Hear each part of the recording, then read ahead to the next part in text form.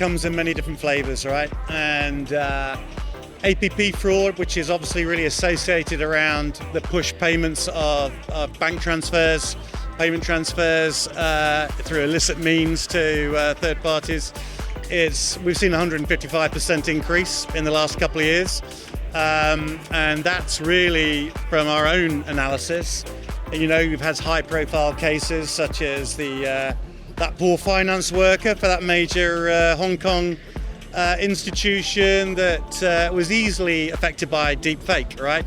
And deepfake technology in that case ultimately drove a 25 million payout to a false individual. So yeah, it comes with a massive price, and what's important now is that we use AI to fight AI, which is what we're really focused on.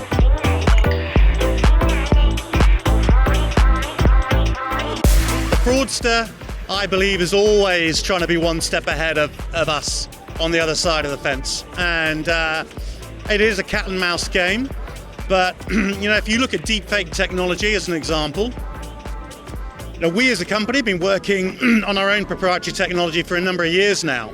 But in the industry, you guys probably have really only been talking about this for a couple of years. But in that time alone, we've seen globally a 10x increase in the utilization of deepfakes. In our industry specifically, and where we sell and focus into, crypto's seen a 200% increase, and FinTech 500% increase over in deepfake use in the last couple of years.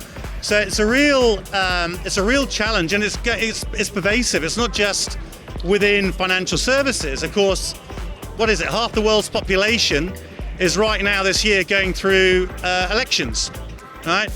And we have fun with us seeing how deepfake technology is used there. But from our own internal reports, we saw, I think it was 245% increase Q1 23 to Q1 24 around non-financial transaction use for deepfakes. So it is huge. And what we need to do in combating that is take really a blended approach using multiple tools to monitor the consumer behavior and provide real-time risk assessment scores.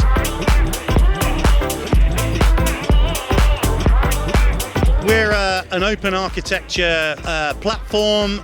We've driven both by two elements, really. One, our own proprietary technology and the tools that you allude to in this area, besides deepfake technology, include obviously KYC elements, IDV. We're looking at things like email and phone assessments. We're doing risk scoring in real time.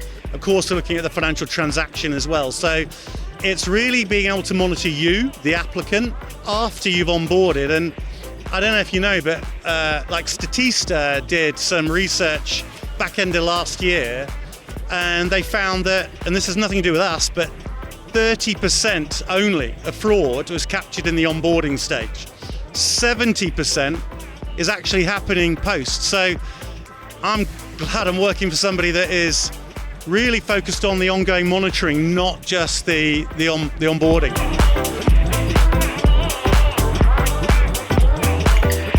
From our side of the fence, it's an interesting, really exciting time because we're enjoying great growth. We got 2,000 plus customers. We're 9 years old. We made our name, if you will, in crypto, in gaming, and now in FinTech. I'm really helping to drive the next sort of bastion of growth, which is going to be in financial services, so banking specifically. Globally, we are global, but we're really doubling down our focus on our key markets here in Europe, APAC, Asia, and the Middle East particularly. And, focusing all of the internal product development around making what we do even better. So it's innovation around deepfake technology improvements, fraud networks, and really bringing all of those tools together in the most optimum fashion to capture as much of that 70% that happens after onboarding. And really just hopefully enjoying continued accelerated growth is what I want to see.